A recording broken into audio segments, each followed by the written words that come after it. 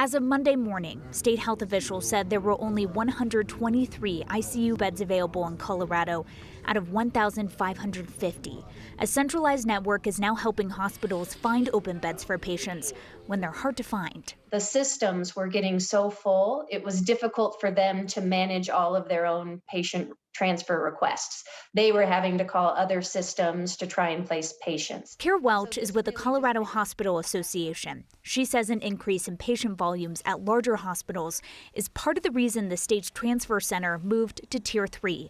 That means there's now a single point of contact for any facility in Colorado that needs to transfer patients when they don't have enough room, and that patient can be moved without consent. This really is a way to make sure we're using all of those available beds. And right now, many of those may be out in our rural hospitals. Typically, patients at a rural hospital are moved to the metro area if they need more acute care.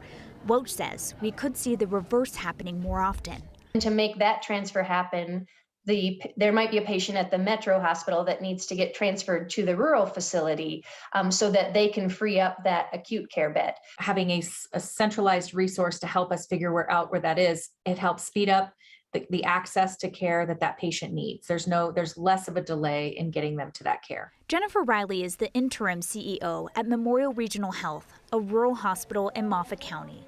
She says patient volume at her facility is okay right now, but if they get full, Tier 3 makes transfers much easier. There are times when a patient is so sick, it's beyond our capacity, and we need to get them to that level of care that they require. We understand that it may be inconvenient or difficult if a patient is far from home or far from their family.